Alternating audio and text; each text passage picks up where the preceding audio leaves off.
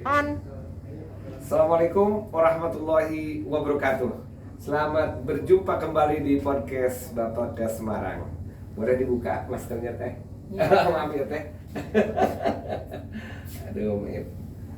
Bapak Ibu sekalian yang saya hormati, pemirsa podcast Bapak ke Semarang, alhamdulillah saya kehadiran seorang wanita yang sangat luar biasa. Beliau mengatakan mualaf difabel katanya. Betul ya.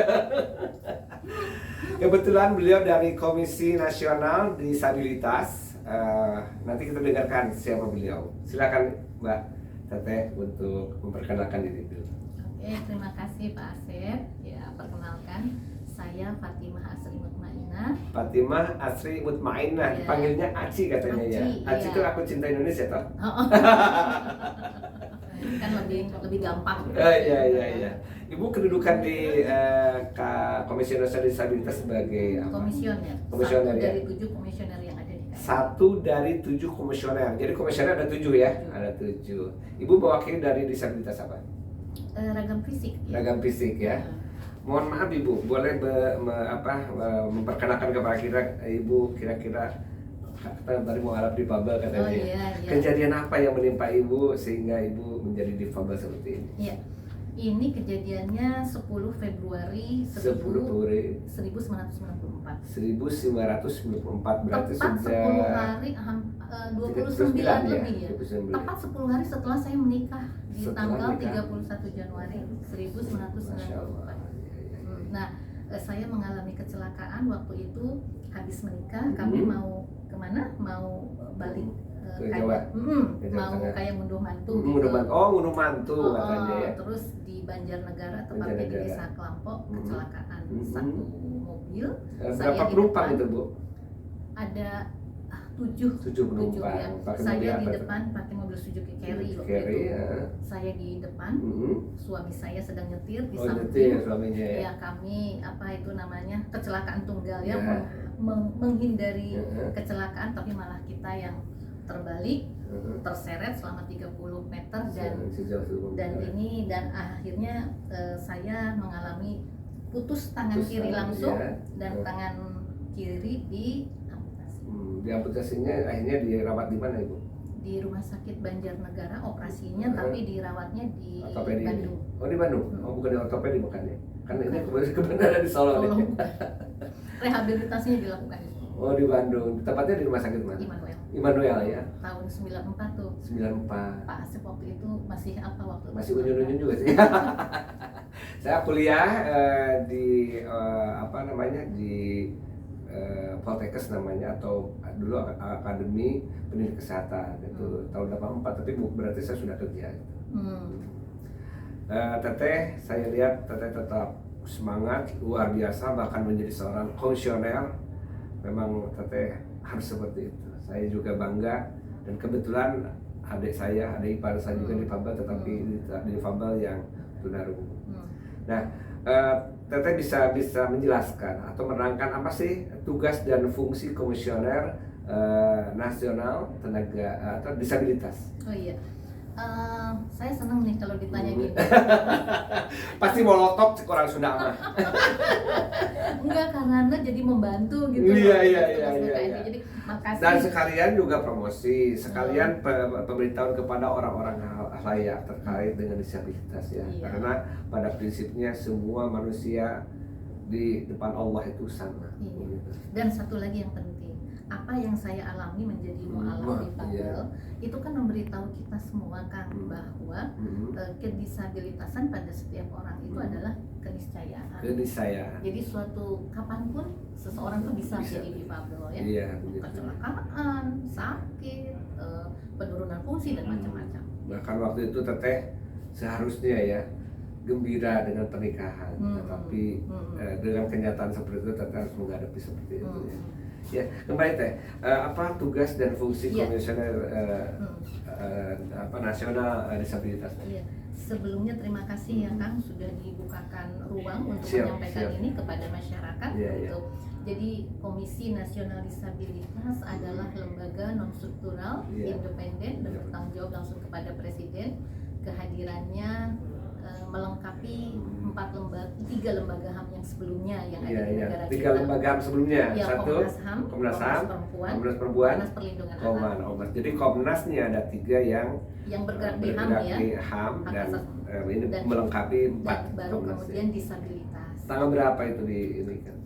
1 Desember 2021 kami dilantik oleh 1 Bapak Desember Presiden 2021 Jadi ya, baru langsung 16 bulan. 16 bulan ya. Tapi Teteh kelihatannya kalau menerangkan tentang Komisi Nasional Disabilitas itu kelihatannya orang membuat sadar gitu. Iya, saya suka. Karena gini, akar permasalahan dari penyandang disabilitas yang ada di kita itu adalah kan stigma. Jadi kehadiran saya di sini sana sini itu juga dalam rangka membangun paradigma baru dengan Asep. Sebenarnya siapa sih penyandang disabilitas itu gitu. Dan saya suka aja gitu. Jadi makasihnya juga lipat-lipat saya. Informasinya nanti kuliah di Bandung kan? Iya, saya jelaskan kuliah di mana dulu? Dulu kuliah di Unpad ya, di Fakultas Pertanian. Kalau Unpad masih hafal lagunya? UNPAD, UNPAD, Unpad, Unpad, Unpad, Unpad kita bersatu. Terus ada yang Universitas kita, Pajajaran tempat bernaung. Kebetulan dulu saya kuliah juga di sana, tetapi sama dengan Teteh, nggak lanjut. Nah ininya kan sedihnya, yang tidak melanjutkan saya itu kan karena saya menjadi seorang disabilitas. Kalau kebetulan saya sering musafir, jadi dari sana saya kuliah lagi di kesehatan. Iya, mualaf ketemu musafir. Terus ya Teh, tugas dan fungsi atau tupoksi daripada komisi ini, Bu? Iya. Komisi Nasional Disabilitas atau KND, tugasnya itu 3 kalau amanat undang-undang ya, pemantauan, evaluasi dan advokasi. Nah, yang Teteh sendiri yang paling disukai di antara itu apa? Tiga-tiganya harus juga ya. Tetapi memang saya mengampu bidang pemantauan, evaluasi, pengaduan dan tindak lanjut. Kemudian Pokjanya saya mengampu Pokja hak anak, perempuan dan kelompok rentan disabilitas lainnya. Hak anak dan perempuan disabilitas dan kelompok rentan disabilitas lainnya. Jadi kayak LGBT disabilitas, masyarakat adat disabilitas. Masyarakat juga ya. Banyak lah. Jadi mereka yang mengalami stigma berlapis gitu. Teteh mengenal nggak seorang pemain Persib dulu di UIN main sepak bola itu juga terputus kakinya, harus diamputasi. Nah ini kita harus tahu. Nanti tapi saya lupa lagi namanya. Nah itu juga mungkin, dan sekarang dia main sepak bola juga masih, tetapi pakai alat bantu. Ternyata dia udah jadi pemain nasional juga sekarang. Negara kita tuh kan punya persatuan sepak bola disabilitas yang amputasi kaki itu. Dia patah kaki ketika main sepak bola di UIN Sunan Gunung Jati Bandung. Tapi akhirnya dia juga menjadi disabilitas. Nah, mungkin nanti Teteh juga bisa, betul juga orang Bandung itu. Iya. Baik Teh.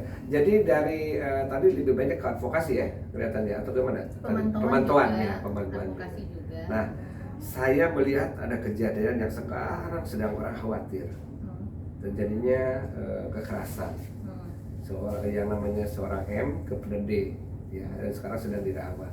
Ini kemungkinan orang bilang agak sulit kembali pulih. Ini menurut Teteh gimana? Kejadian seperti itu, apakah juga nanti suatu saat akan dipantau terus atau gimana? Itu tapi itu belum, mudah-mudahan tidak jadi disabilitas ya sebetulnya. Iya. Jadi kembali kepada KND, KND ya. Fungsi KND ada gitu, memerankan fungsinya gitu ya, sebagai untuk mengemban 3 tugas yang tadi, di mana kan visi kami itu memastikan implementasi Undang-Undang Nomor 8 Tahun 2016 itu Nomor 8 Tahun 2016 tentang penyandang disabilitas ya, yang memuat ada 22H gitu. Kemudian tapi Teteh tadi ngebahas apa coba? Nomor 6 Tahun 2016 kan dibalik ya, Nomor 8 2016. Maaf, sorry. Enggak, tadi kita belajar tentang bencana juga kan? Gitu ya, sorry. Iya. Nomor 8 tahun 2016 ya. 16 itu, nah implementasinya tuh bisa dirasakan dampaknya bagi setiap individu. Artinya ketika kita bicara D ya, kemudian ya kita tidak mengharapkan menjadi disabilitas, maka itu juga akan menjadi perhatian kita. Bagaimana setelah menjadi disabilitas itu, apakah masih bisa mengakses hak-haknya sebagai penyandang disabilitas? Concern kita akan ke sana.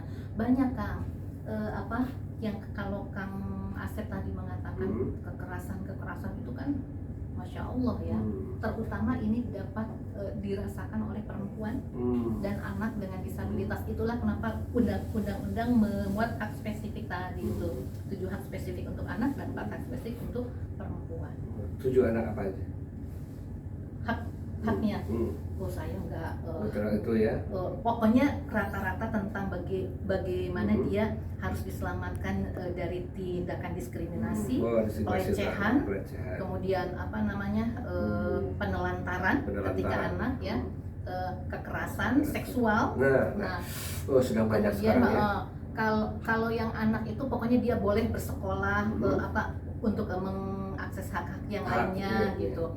Nah kemudian memilih siapa yang mengampu dirinya betul. Ketika tidak ada pengampu gitu.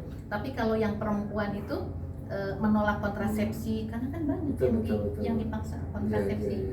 Menolak kontrasepsi, kemudian Jadi seorang anak perempuan berhak menolak kontrasepsi, maksudnya begitu? Betul. Memilih dan menolak kontrasepsi. Dia statusnya seorang perempuan anak gitu kan? Bukan perempuan dengan disabilitas. Perempuan dengan disabilitas. Jadi begini kan Kang, ada ini penting ya disampaikan. Ada 2 stereotip ya bagi perempuan dengan disabilitas itu yang kontradiktif gitu. Jadi kalau perempuan yang non-disabilitas itu kan stigmanya tuh perempuan mah dapur kusur samur, dapur kasur sumur. Dapur kasur sumur. Gitu kan. Itu masih dapur ani itu nama. Silatnya sa kasur, sa dapur, sa sumur. Nah, kalau perempuan disabilitas sebaliknya. Jadi tidak bisa melakukan pekerjaan itu semua ya nggak bisa ya. Jadi nggak pantas menikah, nggak bisa merawat anak, nggak bisa melayani suami, dianggap makhluk aseksual, sehingga tidak ada kepercayaan dia bisa hidup, bisa melahirkan anak, bisa merawat anak, sehingga banyak kasus dipaksa memakai kontrasepsi. Mending kalau hanya suntik gitu dipaksa dipasangkan alat KB, untuk ya mah ada yang diangkat rahimnya juga. Gitu ya.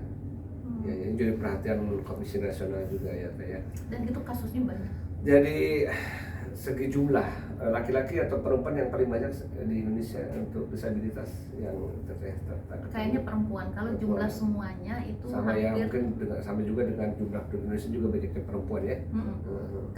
Jumlah penduduknya sendiri kalau menurut data Susenas tahun 2018 itu hampir 23 juta. 23 juta ya yang disabilitas.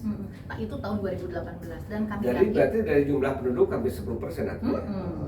Jadi yang kan itu kata WHO juga kan disabilitas itu 10% dari populasi. Oh iya, jadi pas hampir mirip dengan populasi yang disampaikan oleh WHO ya. Nah, ada lagi yang terbaru, WHO juga mengatakan bahwa 1 dari 3 anak di dunia ini berpotensi untuk menjadi disabilitas mental. Apalagi dengan gadget sebagai sekarang ya, sedang ramai ya. Teh, yang selama Teteh menjadi komisioner, yang paling terkesan penanganan kasus apa ya Teteh?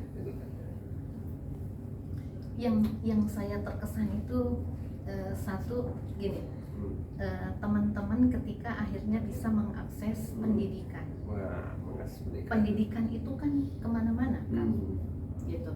Kalau sekolah tinggi dia punya kesempatan untuk bisa pekerjaannya yang lebih bagus gitu. Nah, tetapi kasusnya anak-anak itu banyak ditolak di sekolah. Jadi penolakan dari sekolah, yang sekolah itu sendiri adalah sekolah yang normal sebetulnya ya, atau gimana? Iya, jadi kan sebenarnya kan pendidikan inklusif itu orang boleh bersekolah di mana saja. Education for all, walaupun dia disabilitas. Gitu. Tetapi karena mereka bilang bahwa karena kami tidak ada fasilitas, tidak bisa menerima anak berkebutuhan khusus ditolak gitu. Nah, akhirnya kan hanya bisa mengakses SLB saja. Padahal berapa sih jumlah SLB yang ada di kita batas, ya. dengan anak-anak yang jumlah anak-anak disabilitas yang ada di kita. Nah, akhirnya kemudian kami bisa mengadvokasi ya bagaimana pendidikan ini menjadi penting untuk anak-anak sehingga mulai muncul afirmasi. Pendidik anak disabilitas yang di pendidikan tinggi aja hanya 2,8% kan. Nah itu sekarang LPDP yang dalam 10 tahun memberikan sudah masuk ke LPDP juga ya? Iya. Wah, LPDP itu ya dalam 10 tahun dari tahun 2011 sampai 2021 mereka memberikan beasiswa kepada 59 penyandang disabilitas dalam 10 tahun loh. Nah, dalam 1 tahun saja ketika ada KND dari 2021 ke 2022 52 mahasiswa. 10 ketika ada KND cuma 59 dalam waktu? Dalam 10 tahun. 10 tahun. Sekarang dalam 1 tahun 52. 1 tahun 52 itu fungsinya KND ya, Komisi Nasional Disabilitas. Mengadvokasi terus. Sama teman-teman tuli juga sama ketika SIM dulu kan nggak bisa ada syarat sehat jasmani dan rohani harus ada surat kesehatan kan gitu. Tapi ketika KND mengadvokasi Kapolri, Kapolri bersurat kepada Polres di mana-mana gitu, akhirnya 1000 tuli lebih sekarang yang bisa dapat SIM. Teman-teman, Bapak sekalian pemirsa podcast Bapak ke Semarang, kita dengarkan karena waktunya terbatas juga ya. Kita dengarkan pesan dari Teteh terkait dengan kerjasama nih dengan Bapak ke Semarang. Iya, silakan Teh.